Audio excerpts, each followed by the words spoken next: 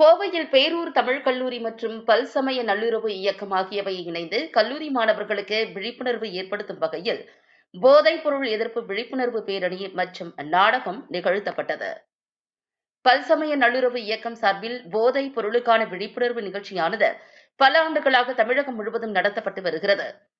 அந்த வகையில் தற்போது தமிழகம் முழுவதும் கல்லூரி மாணவர்களுக்கு போதைப் பொருட்களால் ஏற்படும் பாதிப்புகள் குறித்து நாடகம் வடிவிலும் பேரணி மூலமாகவும் பல்வேறு நிகழ்ச்சிகளை நடத்த திட்டமிடப்பட்டுள்ளது.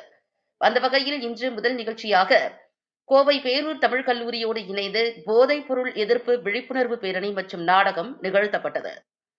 பேரூர் சாந்தலிங்கம் அருதாச்சல அடிகளார் மற்றும் பல்சமய நல்லுறவு இயக்கத்தின் தலைவர் முகமது ரஃபீக் தலைமையில் நடைபெற்ற இந்த நிகழ்ச்சியில் பல்சமய நல்லுறவு இயக்கத்தின் சார்பில் போதைப் பொருள் எதிர்ப்பு குறித்து எடுக்கப்பட்ட பாடல் வெளியிடப்பட்டு மாணவர்களுக்கு திரையிட்டு காண்பிக்கப்பட்டது.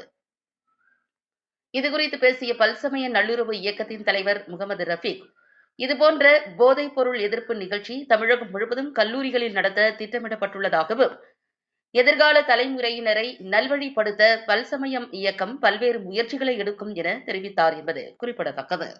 இந்தியாவாக போதையில்லா உலகமாக மாற துணை புரியும் என்று அன்போடு கேட்டுக்கொள்கிறேன்.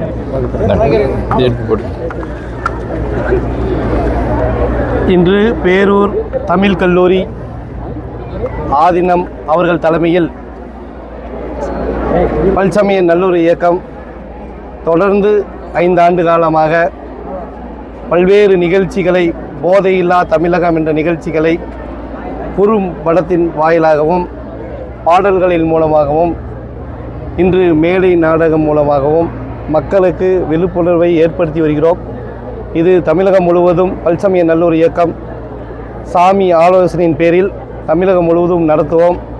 போதையில்லா தமிழகத்தை உருவாக்குவதே எங்களுடைய லட்சியம். இதை தொடர்ந்து நாங்கள் 5 வருஷமாக செஞ்சிட்ருக்கோம். இனியும் மத நல்லிணக்க பணிகளை 20 ஆண்டு காலமாக செய்து கொண்டிருக்கிறோம். இந்த போதை விழிப்புணர்வு என்பது எத்தனை காவல்துறை அதிகாரிகள் உங்களை பின்தொடர முடியாது.